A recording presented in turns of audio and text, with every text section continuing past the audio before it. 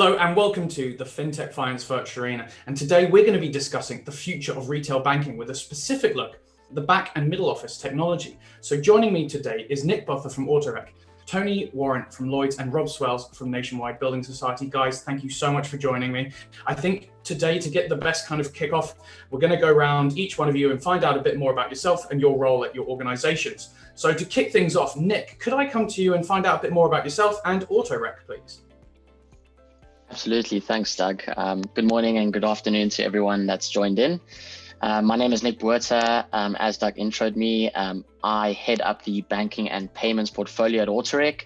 And essentially my role is to work with clients in the banking and payment sector as we define them, from the initial discussions with AutoRek all the way through the sales process, through proof of concepts, and really to work with the clients to get the best out of the solution for them, all the way up until the go live stage of the platform embedded in their company. So that's essentially what my role entails. For those of you that don't know much about AutoRek, AutoRek is a leading fintech platform based out of Glasgow, Scotland. We work across financial services around the world, really focusing on middle and back office technology to help streamline and automate those middle and back office processes. And as mentioned, I specifically focus, and what the call really is today, is to focus on the retail banking environment, really. We're really excited to be here today with yourselves and our clients, of course, and hopefully the audience can take away some key points to take back to their organization. So really excited to be here. Thanks, Doug.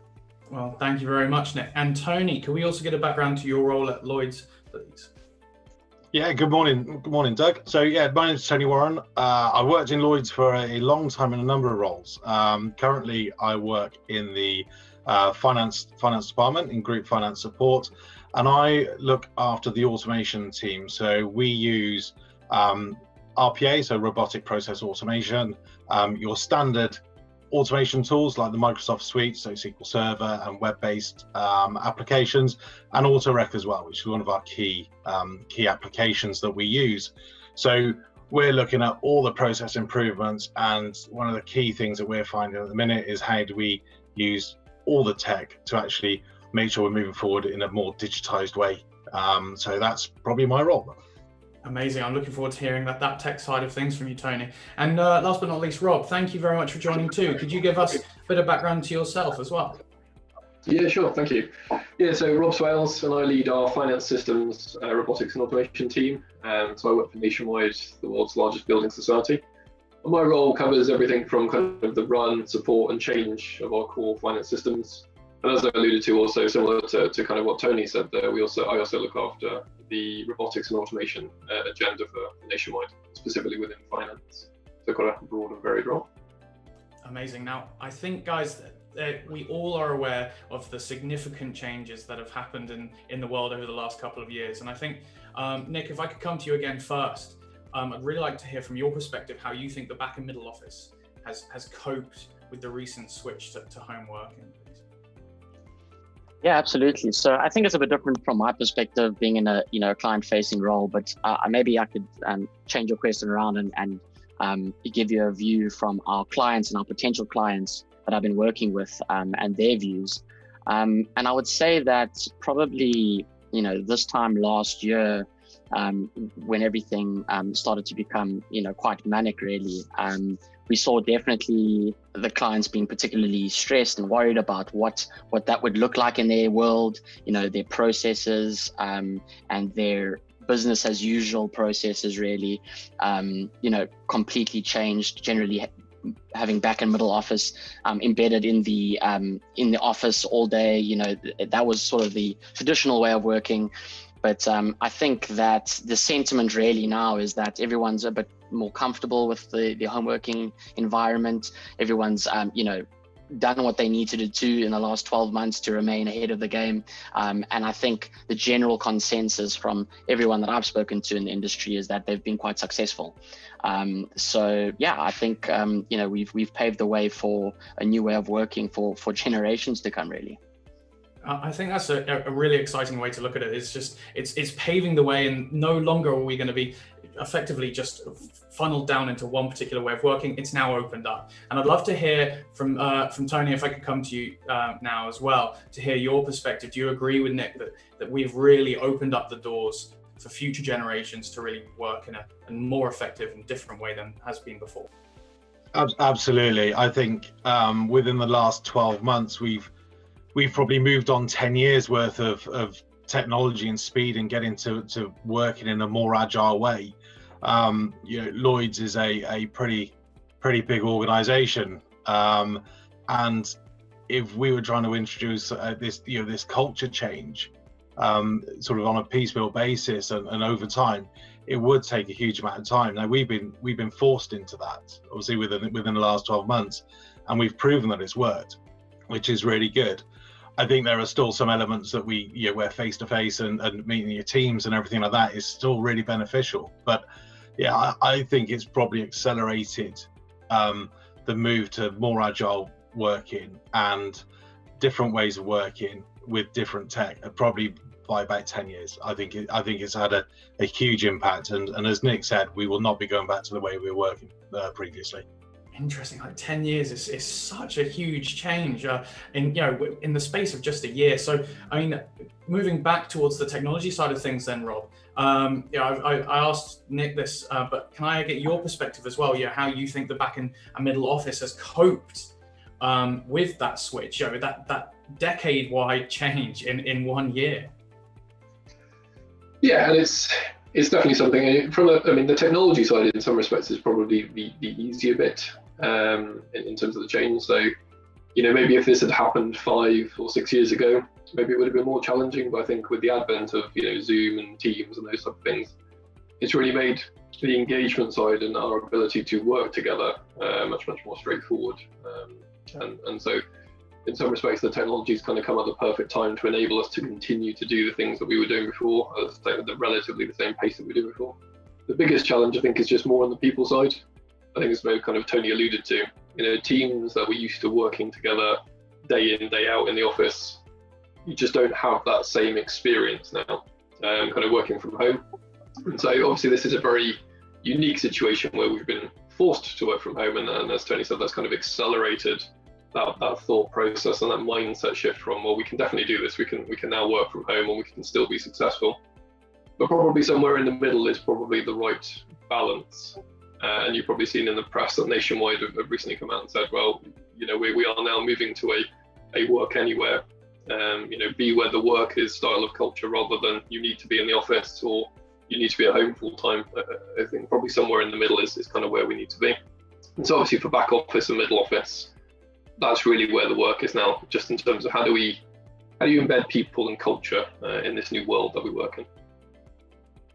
Interesting. Now, Nick, speaking of that, I know obviously you're coming from it from almost the outside perspective here, but I'm really interested in your expertise in terms of the learnings of how can you find that middle ground between improving the culture, also having the technology, but also being able to create that working culture that each company has and really wants to continue, even if everyone is working from home.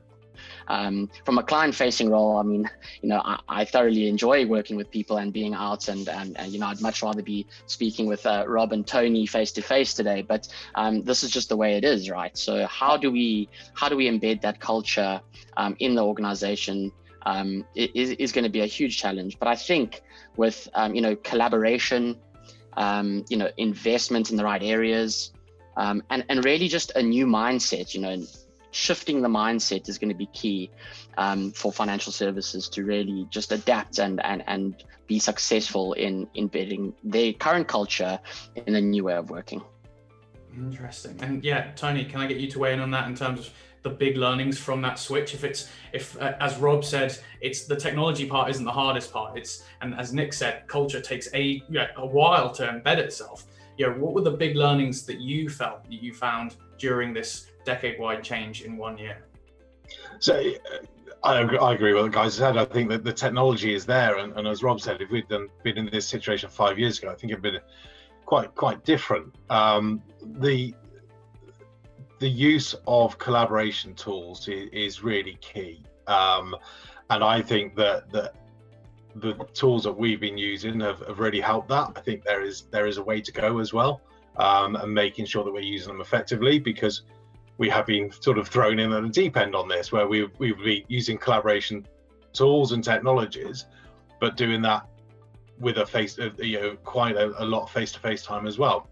Now, actually going to that no face-to-face time, apart from actual physical face-to-face time, has been quite difficult, and we've had to really adapt to that. Moving forward, I think getting the teamwork right is going to be key as well. So yes, you can collaborate on whether it's Zoom or Teams or whatever it may be, but actually when we do get back to the office side of things as well, is how do we manage the teams, whether it's cross location or whatever, and making sure we got that personal level on the teamwork right as well. So there's a lot that we need to do. I think it's worked remarkably well for the position that we're in, with no real training on this, but there's still a bit of work to do, really.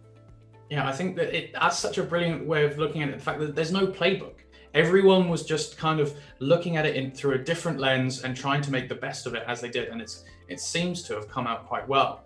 Now, with that in mind, learning on the go effectively, Rob, if I could come to you, how have the in-flight improvement programs fared as a result? Yeah, I think, and as I kind of alluded to earlier, I think we've been able to keep the same pace of change, even with working from home. I think there's pros and cons of the different models. I think with some of the projects we're engaged in, one of them with the AutoRek team, actually, with the distance being a factor, actually having Teams meetings and Zoom meetings has been quite powerful, rather than that maybe more traditional desire to get everyone into a meeting room, and you spend 2 or 3 days then traveling, getting it set up and trying to get the right people in the room at the right time. Well, actually, because of the technology, it's much easier to get people into a virtual room, have the conversation and move on. So you're able to make decisions quicker. I think the only thing I find is some of the collaboration tends to be a bit more challenging, and sometimes you end up then having to have more meetings to maybe get the same points across and to maybe make the same progress.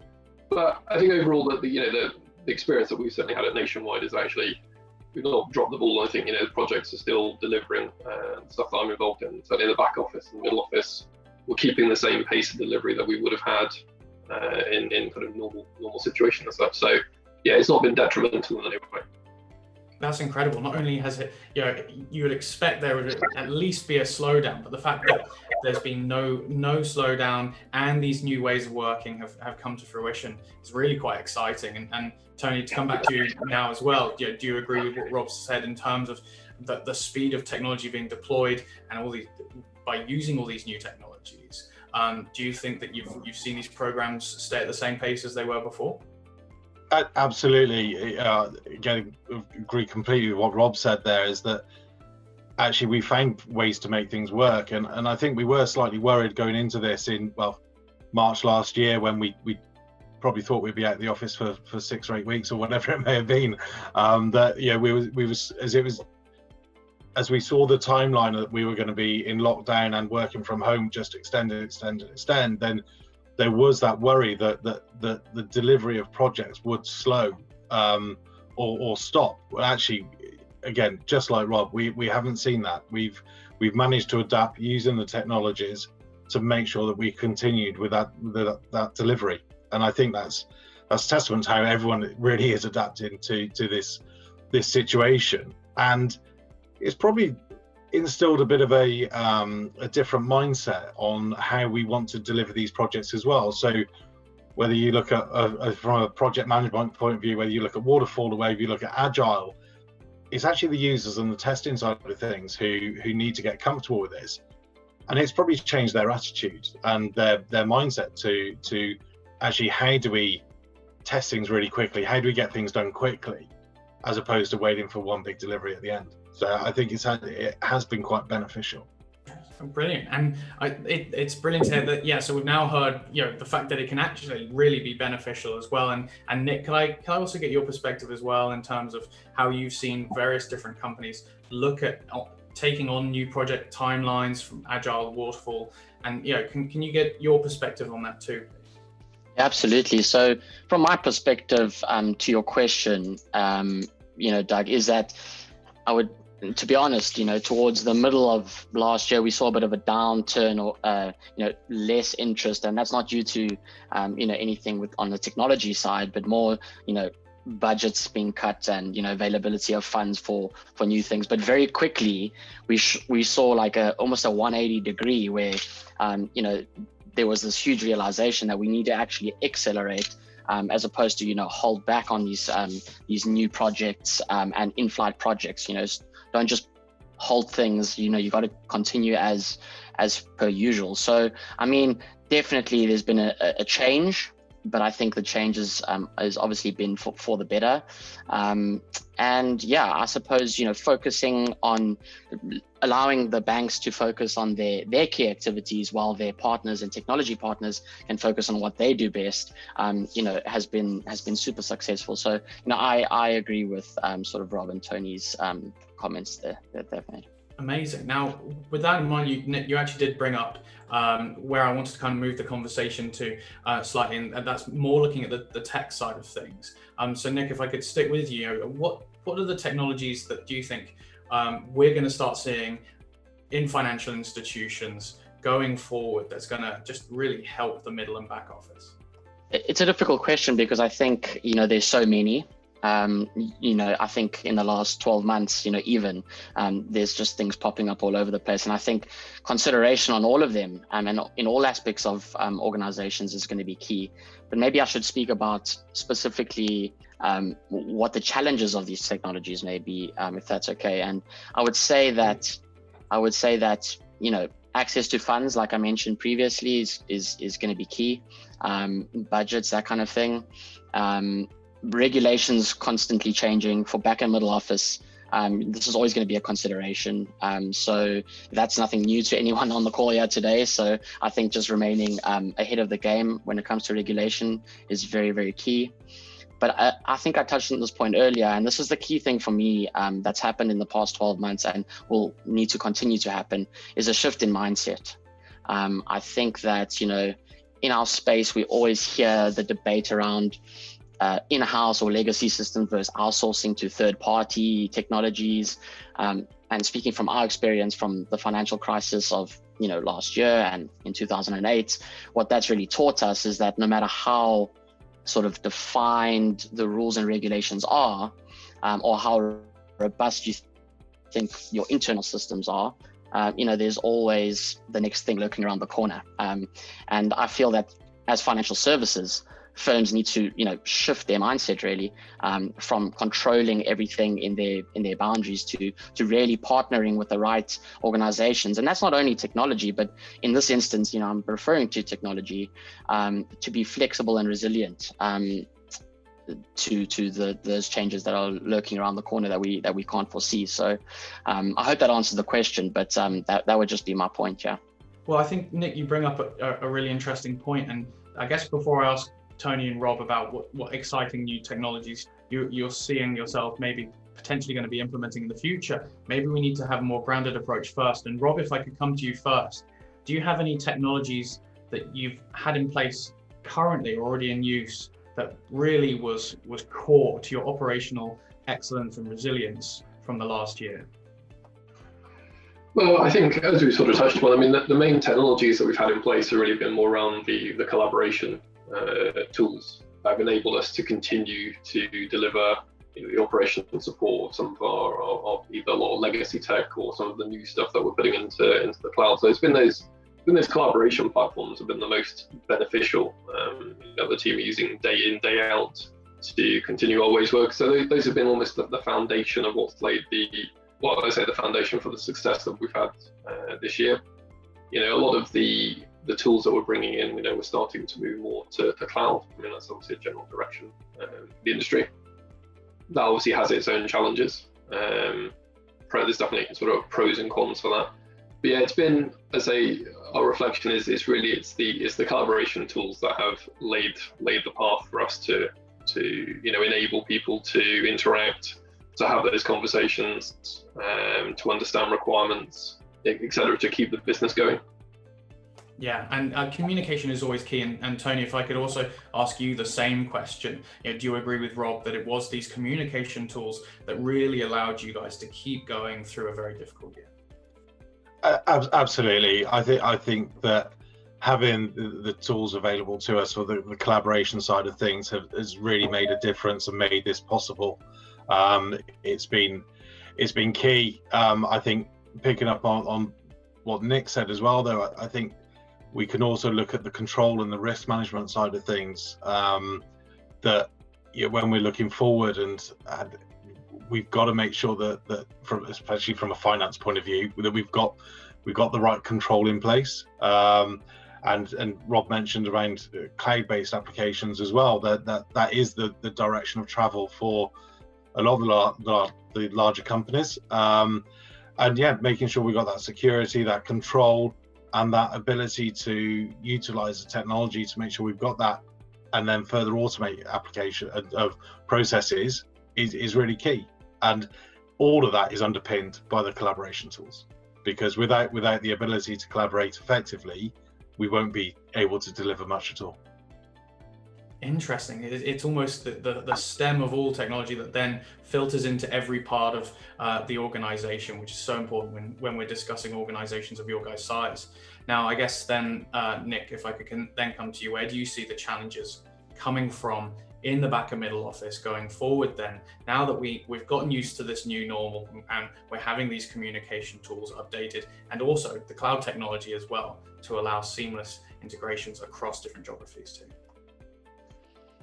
Yeah, I think Tony or Rob actually mentioned this earlier, and for me, the sort of the next big thing to look for is that balance between working in the office and home working. I think we've touched on it already. I don't want to go too much detail, but people will be working from home, people will be working from the office. There's going to be no clear line on what that looks like. I think Rob mentioned, as well as Nationwide announced that they'll be working from where the work's at, as opposed to being in the office. So if that is in the office, then they're in the office. And Tony mentioned that they'll have some teams, a few people in a team in the office, some out at home. How do you balance between the two? So that for me would be the key challenge.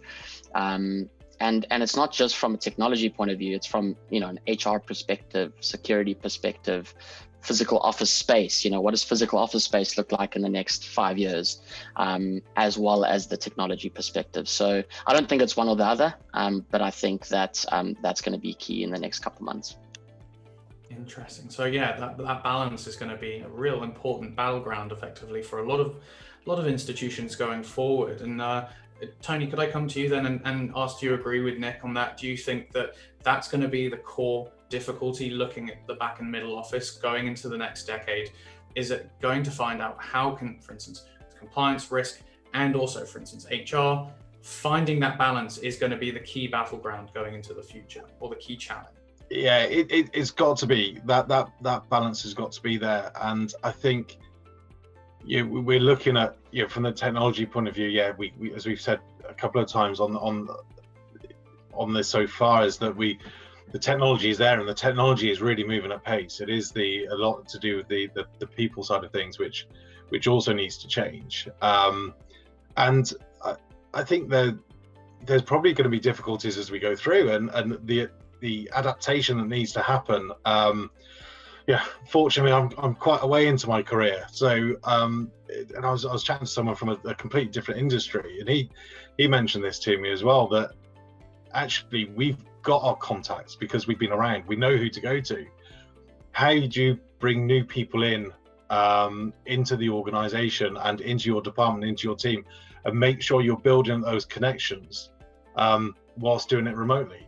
It's not a case of just pop around someone's desk and things like that. So there's a lot to consider as we move forward, and into how we're going to push the business forward, and making sure our people are part of that, as well as the technology side.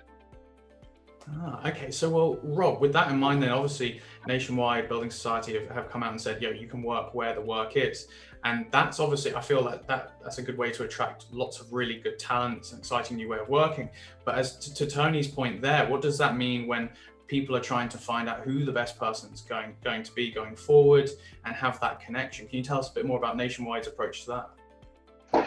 Yeah, and I don't think there's a simple answer for it as yet. I think, as Tony's alluded to, it's a big challenge, because I think where some of us are, into our careers, and you've built those networks, and you know how the organisation works, and you know how to get things done. That's something that's been built up over time and through working with people and networking.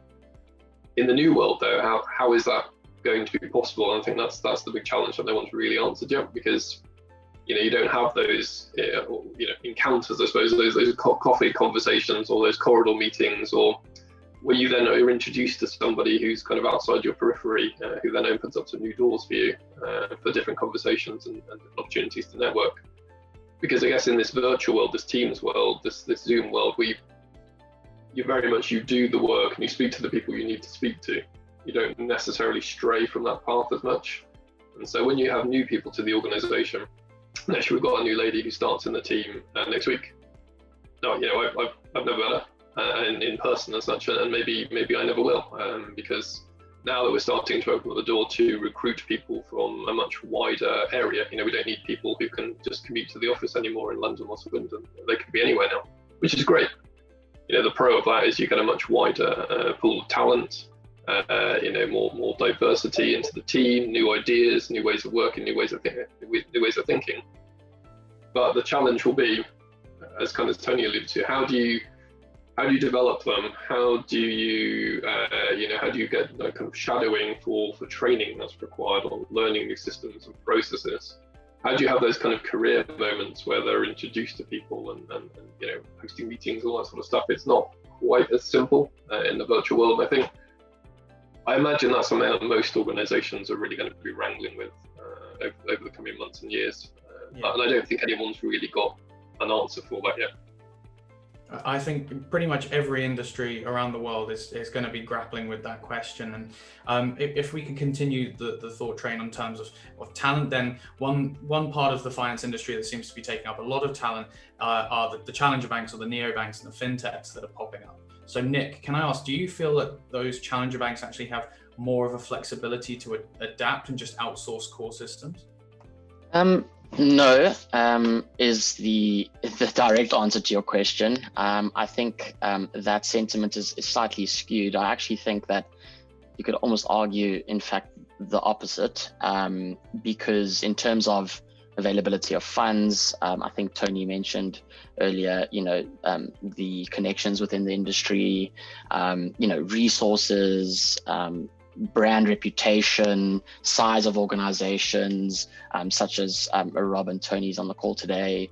The commercial larger retail banks should be, in fact, in a better position to outsource these systems. I feel the real challenge, and I touched on it earlier, but the real challenge for them is to move away from what's been done in we spoke about company culture earlier, and I think as part of onboarding these new systems, there's a bit of culture in the past where there's this mindset to have to do extensive RFPs. It takes months and months to onboard. You need a variety of different people from a different silos within the industry to be involved in the decision-making process, and all of this sort of adds up to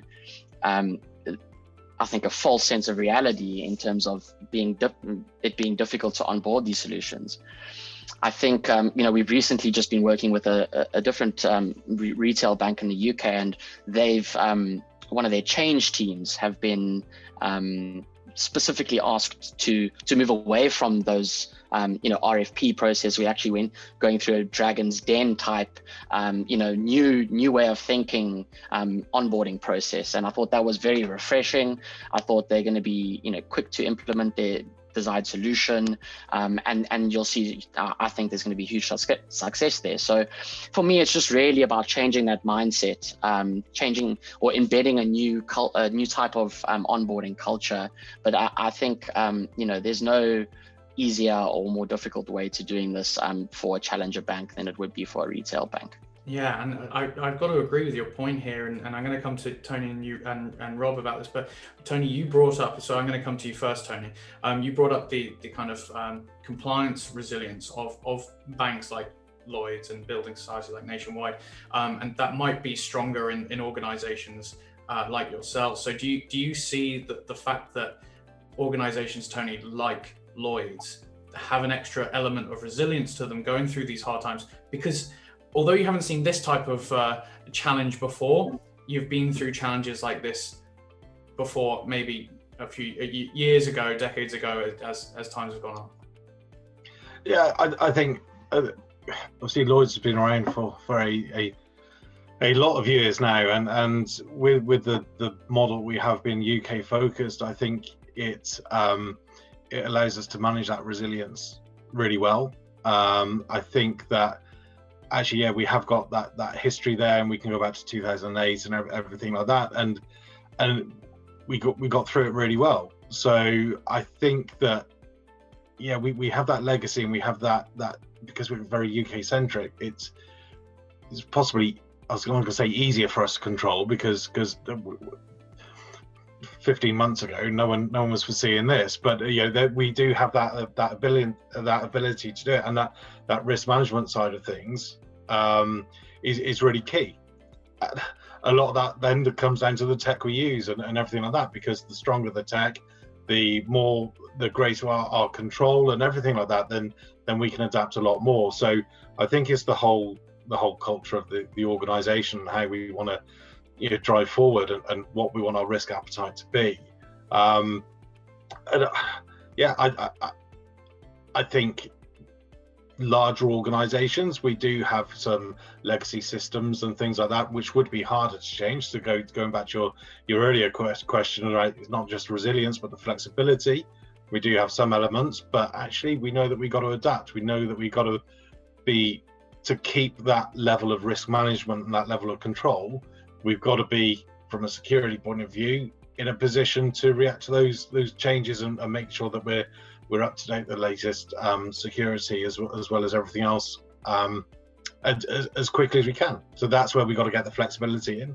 But yeah, underpinning that is a strong business model of risk management.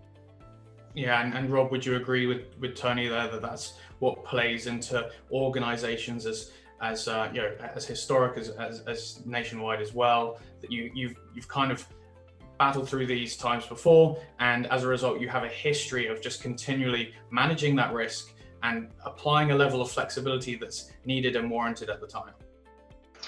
Yeah, 100%. Yeah, we're very similar to everything Tony said, in the sense that we are obviously UK centric as well, and yeah, very much what's important to us is security, that resilience, and so we do a lot of work around making sure that things like data is secure. That's really important to us, to ensure that we are, our platforms are resilient, the stuff that we're using is compliant. And working with the regulator as well, and obviously, there's a lot of this is still new to the regulator. So as the regulator's understanding of the markets, cloud technology, for example, grows and improves, that also allows us to maybe do more things that we wouldn't have been able to do previously. So it's something that we have to be mindful of as we look at kind of new technology around what's acceptable out there as well, because we don't just want to be first to market just to take a punt on something in terms of some of the tools. Certainly when I refer to this, I'm talking more about finance, because stability is really important to finance. So making sure that we're buying the right products that are secure and resilient is quite key to us. And that's why we have to kind of work hand in hand with the regulator on some of this stuff, especially when we're moving to things like cloud. That's quite an important part of our processes that we go through. And yeah, I think it's going to be really key to enabling this ability to work from anywhere, but also be present. And I think that's really what I'm hearing from you guys is it's just this cultural change that is being supplemented by the technology that already really exists. And it's just taking advantage of it, but finding that level of risk to be appropriate. So guys, I think that's all we have time for. Thank you so much for all your inputs. And also to all our viewers, you can catch the rest of the series and much more over at www.fintechf.com, and of course, YouTube and LinkedIn, where I'll see you there in the comments. So thank you once again, guys, and see you soon.